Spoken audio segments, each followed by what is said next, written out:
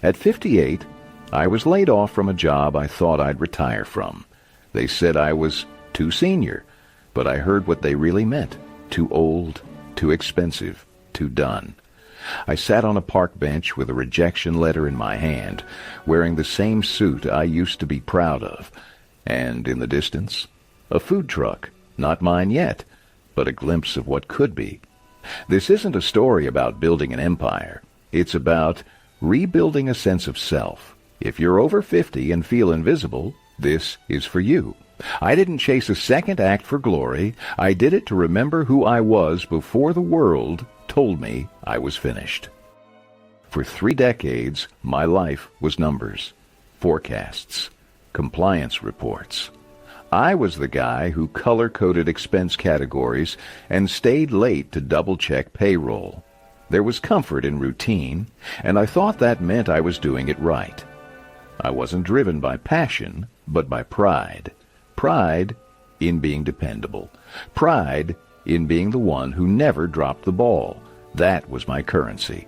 I didn't need to love it. I just needed it to work. And for a long time, it did. Until, slowly, it didn't. Until I realized I had built my identity inside a spreadsheet and forgot what was outside it.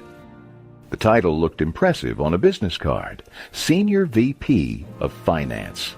I had a corner office, 2 monitors, and an assistant who called me Sir. But most days, I ate lunch alone. The camaraderie had faded. I'd walk past glass-walled meeting rooms filled with 30-somethings laughing, whiteboarding ideas I couldn't even follow. I wasn't jealous. I just didn't know where I fit anymore. I used to lead. Now I was tolerated. A placeholder until someone younger, faster, cheaper came along. I pretended not to notice, but I did. Every single day. In my last few years, performance reviews stopped being conversations and started sounding like rehearsed scripts. You bring great stability to the team. We value your experience. But there were no raises, no new projects, just a quiet shifting of energy toward others. I smiled through it, thinking, maybe this is just how it goes when you're older. You become the furniture, useful, but unnoticed. The compliments weren't for me, they were for HR. No one was brave enough to say it outright. We've already decided your time here is winding down. I used to see my job as proof I'd made good choices. I stayed put. I played by the book. I didn't chase dreams. I built a stable life. But at some point, that stability became a trap. I stopped learning. I stopped risking. I stopped wondering what else I could be. My world shrank to boardrooms and budget meetings where I gave advice no one asked for. I told myself that was just adulthood, but deep down, I felt it, the quiet dread that I'd traded too much for safety. And when that safety disappeared, I was left with nothing but questions. Cooking was never my job. It was my refuge. Sunday mornings in my grandmother's kitchen, helping her press tortillas or stir the mole until it shimmered just right. I didn't think of it as culture back then. It was just home. Years later, I'd find myself in my own kitchen after work, recreating her dishes from memory. No measuring cups, just instinct. The smells, the textures, they brought me back to something real, something human. I didn't know it yet, but that kitchen would become the place where I rebuilt my sense of worth, where I remembered I had hands, not just a resume. It was a Friday morning, just before lunch. They called me into a small conference room. No windows, just a box of tissues on the table. It's not personal, they said, just restructuring. But when you're 58, it's never just business. It's your mortgage, your identity, your place in the world. I nodded, because that's what you do when you've been trained to be professional, even in humiliation. I shook hands with the director I barely knew, thanked him, for what, I don't even know, and walked out with a folder a handshake, and a sinking feeling that wouldn't leave. I've never felt more exposed than I did on that walk to the parking lot. The weight of the cardboard box in my arms was nothing compared to the weight in my chest. My badge still clipped to my belt like it belonged somewhere. The suit that once made me feel important now felt like a costume I forgot to take off. No one said goodbye. No one looked up. I passed desks I used to lead from, and suddenly I was just a man with nowhere to be. That was the moment I realized I hadn't just lost a job. I'd lost a version of myself I didn't know how to live without. They gave me 6 months' pay, a list of recruiters, and a pat on the back. At first, I treated it like a vacation. I slept in, caught up on chores. But the silence started to grow loud. I'd sit in my kitchen, scrolling job boards, pretending I still fit into those roles. I knew the drill, tailor the resume, rehearse the pitch, but inside I felt hollow, like I was performing a role I no longer believed in. My wife tried to be supportive, but I could see it in her eyes. She missed the version of me who knew what came next. I missed him too. It's the politest rejection in the book. You're overqualified. I heard it so many times. It started to sound like a curse. At first I tried to spin it as a compliment. They think I'm too good. But that's not what it means. It means you're too old. You cost too much. You don't belong in this new world. I took jobs off my resume. I dumbed down my experience. I even dyed my hair once. None of it worked. I wasn't being overlooked. I was being edited out. That's when I stopped asking how to get back in and started wondering if I even wanted to. One night, over beers, a friend said, "Man, you should just start a taco truck. Those things you make, they're better than half the places in town." We both laughed, but I couldn't stop thinking about it. Not as a plan, as a dare, a way to stop begging for permission. I'd never worked in food, never run a business, but I knew how to budget. I knew how to hustle, and I knew one more rejection might break me. So I started sketching it out. Menus, locations, a name. It wasn't a dream yet, just a maybe. But it was the first maybe I'd believed in for a long time. When I finally told her I was thinking about a taco truck, I braced for a sigh, a raised eyebrow, something practical. Instead, she smiled, not politely, but deeply, like something in her had been waiting for this moment. "Finally," she said. That one word broke me. I realized how long I'd been holding my breath in our own house, how I'd been moving through life like a man in hiding. She didn't care about the business plan. She cared that I was waking up, that I was starting to want something again.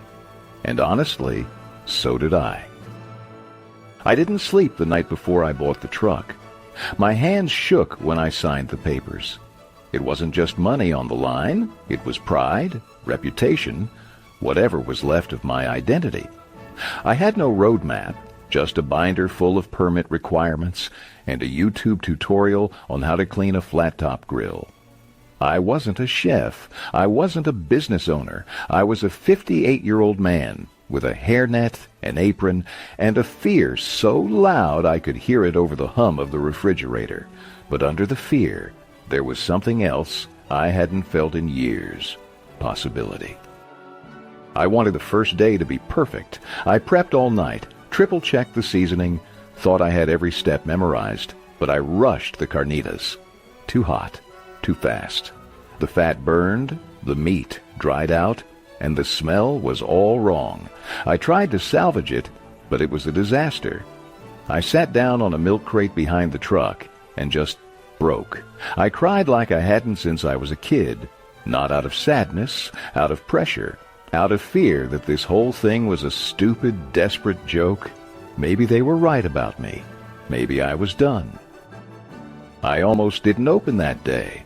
My hands were still shaky from the night before, but I cleaned up what I could, put a smile on my face, and flipped the sign to open. A high school kid walked up, asked for 2 tacos al pastor. I said, "Coming right up," like I wasn't dying inside. I gave him his order and braced for the reaction. He took 1 bite and said, "These are fire, man." Just like that. No pretense, no kindness out of pity. Just joy. I nodded and thanked him, but I almost lost it right there. That kid gave me more than a compliment. He gave me a reason to keep going. Little by little, the line started to grow. Construction workers, nurses, students. They came back not just for the food, though that helped, but for the way we spoke to each other.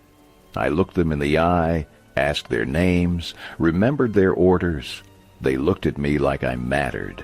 Not as a boss, not as a number, but as a person. That used to happen in my old life, too, but only in performance reviews and holiday parties. Here, it was different. It felt like they saw me. Not the suit, not the age, just me. For most of my life, pride came from titles, suits, polished slides in board meetings. Now it came from cilantro chopped just right, from a perfect fold on a taco, from hearing someone take a bite and close their eyes in approval. It wasn't about ego anymore. It was about care, about showing up and doing something with intention. My hands were tired every night. My back ached in ways it never had in an office chair. But when I wiped down the last counter and turned off the lights, I felt something I hadn't in years. Peace. I used to spend my nights staring at a laptop screen, responding to emails that never ended. I called that productivity. Now I spend them over a stove, prepping salsa verde, while old rancheras play softly in the background. It's not glamorous. It's not scalable. But it's real. There's something healing about stirring something slowly, something you made from scratch. It doesn't answer to quarterly goals or KPIs. It just feeds someone, including me. I don't miss the screen. I miss who I used to be when I wasn't always chasing something invisible. Looking back, every rejection letter taught me something I didn't know I needed. The discipline they dismissed, it became my prep routine. The attention to detail they called too rigid, it kept my costs low and my service tight. The leadership they thought was outdated, it became how I trained my crew, with patience and respect. All the parts of me they said didn't fit the new world, they fit this one perfectly. It turns out I wasn't broken. I was just building something that needed every last piece of who I already was. When I started the truck, I had no grand ambitions, no pitch deck, no roadmap to scale. I didn't care about market penetration or growth targets. I just wanted to cook the food my grandmother taught me and do it well. One taco at a time, one customer at a time. It wasn't about going big. It was about going deep, making something with care. I said no to franchise offers, no to brand deals. I had already lived the life of chasing the next step. This time, I wanted to build something I didn't have to escape from. Jaime showed up one morning, resume in hand, eyes tired. He was 62, laid off from logistics, said he'd applied to 40 jobs, not one callback. He didn't even ask for much, just a few hours a week. I asked him if he liked tacos. He nodded. I told him, "You're hired." No forms, no background check, just trust. He stood there stunned, then broke down crying. I did too. I remembered that look, the mix of shame and hope, because I'd worn it not long ago. Giving him that job gave me something back too, the chance to lift someone else up for once. There's 5 of us now. Jaime, Rosa, Big Tony, Lupe, me. Not one of us under 50. We joke that we're the world's slowest taco truck. 2 of us have bad knees and 1 can't hear the fryer timer half the time. But we've never missed a shift, never served a cold taco. We run on rhythm, not speed. respect, not hierarchy. There's laughter in our prep time and quiet focus during rush hours. It's not flashy, but it works. And the people who come here, they feel that energy. They keep coming back because they know what we serve isn't just food, it's earned dignity. I thought I lost my dignity the day they let me go. Thought it was tied to my title, my salary, my calendar full of meetings. But dignity doesn't live in those things. I found that out, standing over a hot grill, wiping sweat from my brow, handing a plate to someone who looked me in the eye and said, "Thank you." That moment? That's dignity? Choosing to show up.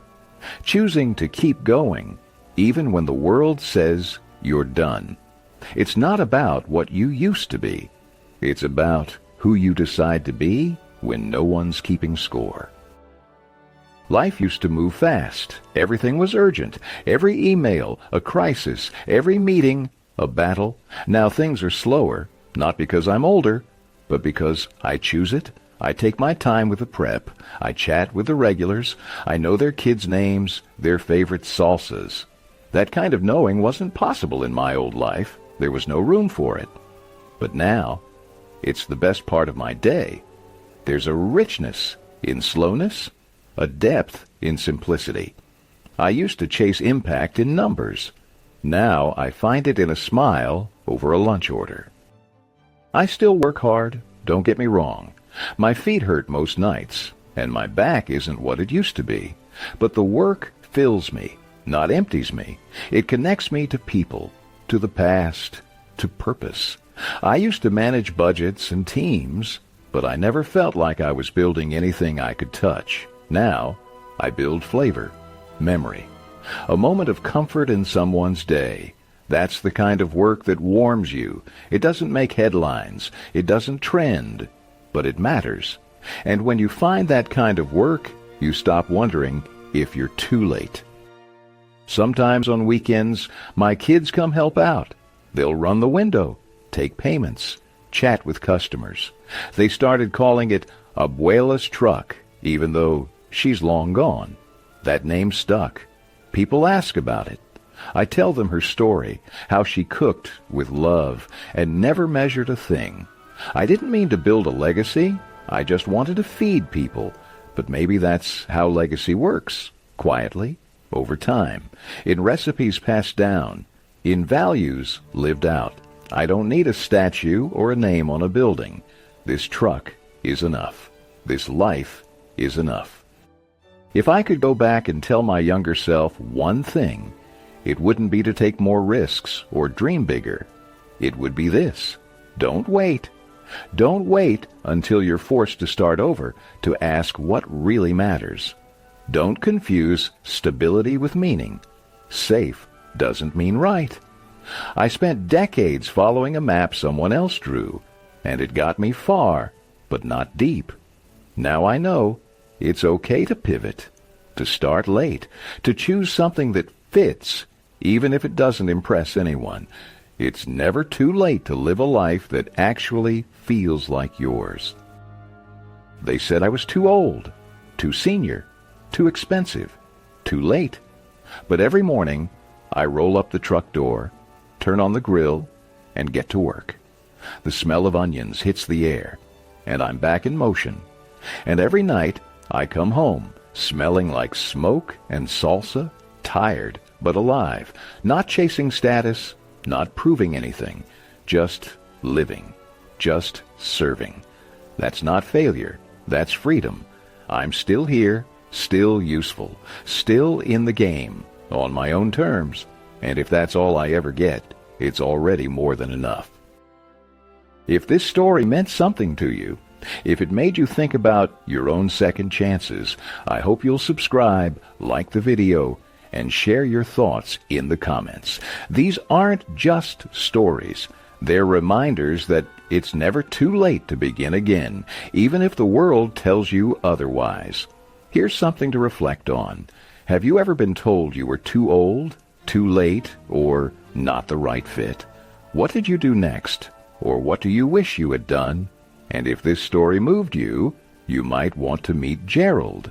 He got fired at 61 and ended up opening a funeral home, not for profit, but for peace. His story is one I won't forget.